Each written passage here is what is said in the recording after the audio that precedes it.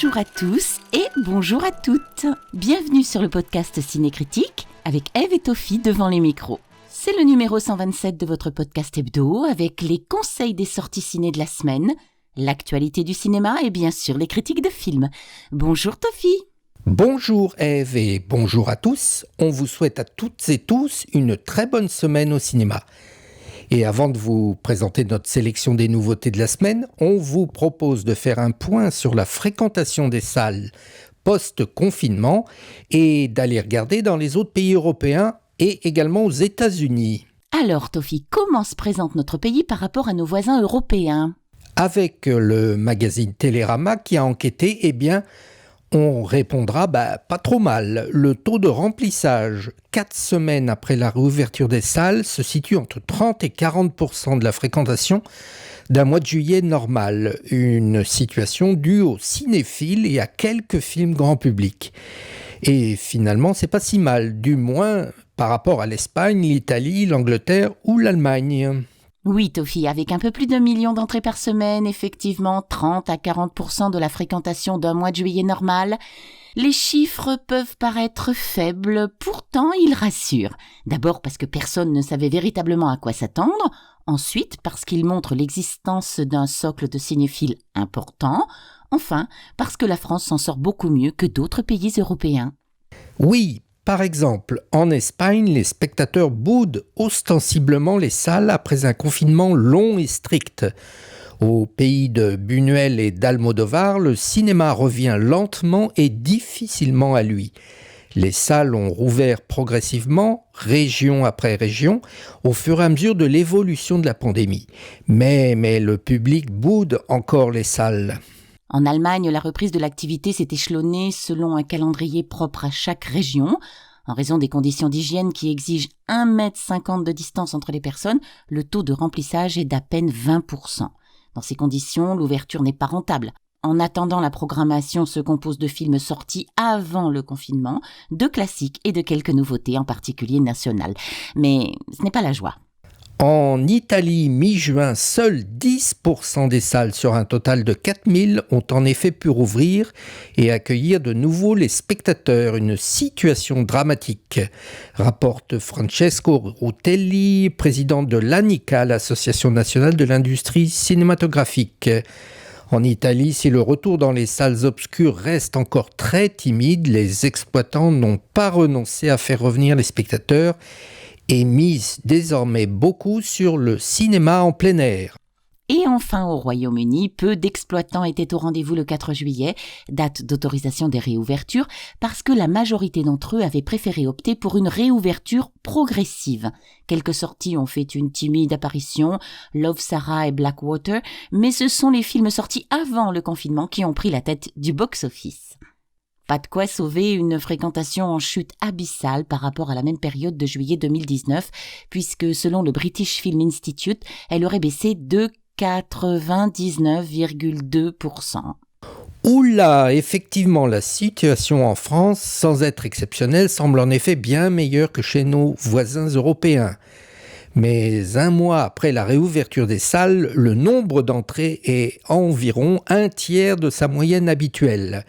Si ce chiffre est encourageant, les salles estiment qu'elles auront besoin de mesures supplémentaires de soutien pour s'en sortir. Et malheureusement, en première ligne, ce sont les cinémas indépendants. Ils sont en effet plus de 1000 en France, les cinémas indépendants, et ils tirent la sonnette d'alarme. Représentés par le SCAR, le syndicat des cinémas d'art, de répertoire et d'essai, les gérants demandent plus de moyens de la part du gouvernement pour relancer le secteur mis à mal par plus de 3 mois de fermeture. Et selon eux, malgré la réouverture de l'ensemble des salles de projection le 22 juin dernier en France, il reste un gros manque à gagner.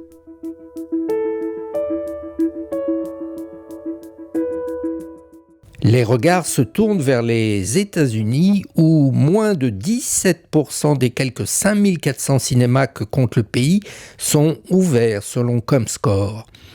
Et ceux qui sont ouverts condamnent en général 2 sièges sur 3 ou 3 sur 4. Et sur l'ensemble du pays, les recettes seraient plus de 100 fois moindres par rapport à celles de la première moitié de l'année 2019. La crise sanitaire n'allant pas en s'arrangeant, plusieurs villes, dont New York, ont repoussé plusieurs fois la réouverture des salles, pourtant prévue au début de l'été, à l'origine. Les grands réseaux se sont rangés à l'avis des autorités. C'est ainsi que AMC, le plus gros exploitant de salles, a reporté la réouverture de ses complexes et vise désormais le début du mois d'août pour la remise en marche de 600 cinémas, soit la quasi-totalité de son parc américain.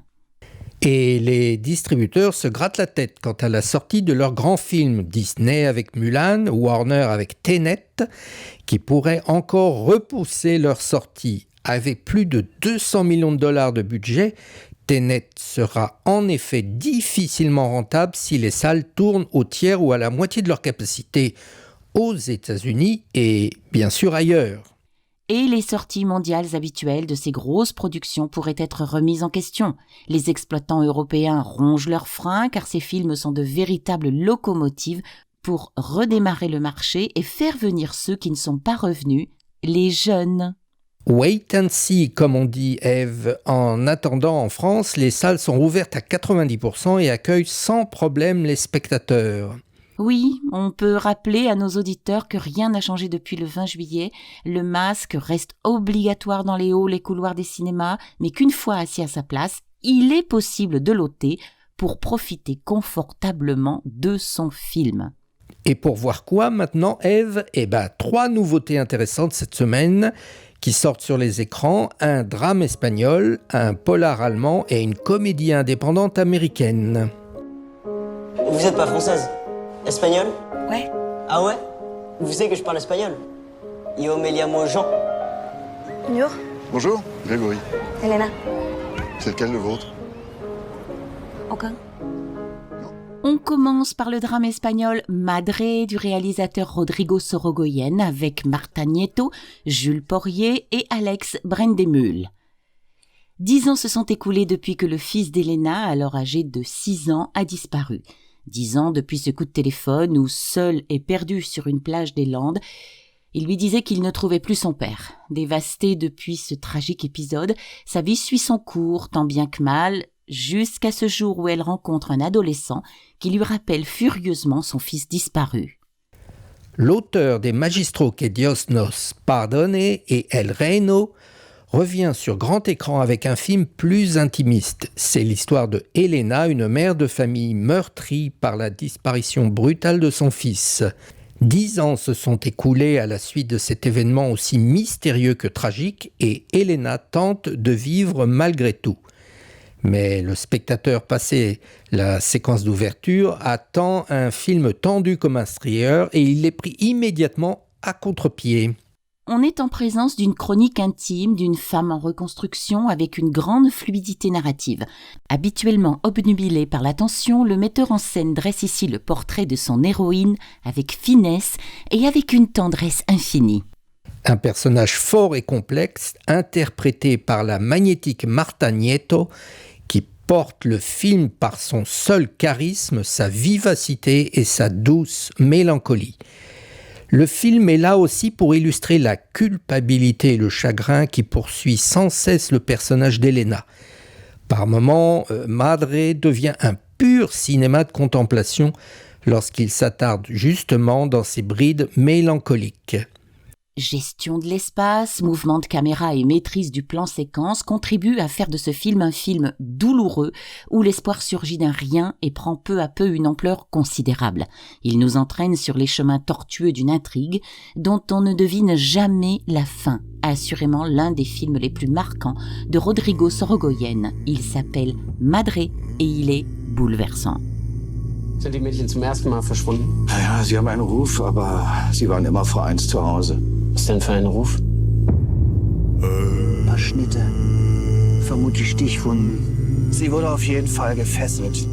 On continue avec Lens of Murders, un thriller allemand de Christian Alvart avec Tristan Putter, Felix Kramer et Nora von Wallstetten. Dans une région reculée de l'Allemagne, tout juste réunifiée, 2 inspecteurs enquêtent sur la disparition inquiétante de 2 adolescentes. L'un a des méthodes modernes d'investigation, tandis que l'autre n'hésite pas à user de pratiques moins orthodoxes. Ce film est présenté comme le remake du film espagnol La Isla Minima, qui se déroulait juste après la chute du franquisme en Espagne et se passe ici en Allemagne au début des années 90, juste après la chute du mur de Berlin. Les deux policiers ont des méthodes différentes. L'un est un ancien de la Stasi, l'autre vient de Hambourg et il appelle régulièrement sa femme qui est enceinte. Entre les deux, les contacts sont rugueux et deux univers s'affrontent. Ce thriller captivant repose sur son atmosphère poisseuse, son rythme lent et son tandem de flics antagonistes. Tristan Putter joue avec conviction un ancien de la Stasi tourmenté par ses démons. Un récit âpre, froid et impitoyable que l'on vous conseille cette semaine. Nous parlions de Lens of Murders de Christian Alvart. I like your tattoos. What are those numbers on your arm? Oh, that's the date my dad died. He was a fireman. Died in a fire 17 years ago. Oh my God, I'm so sorry. Don't be. It's fine. Knock, knock. Who's there? Not your dad.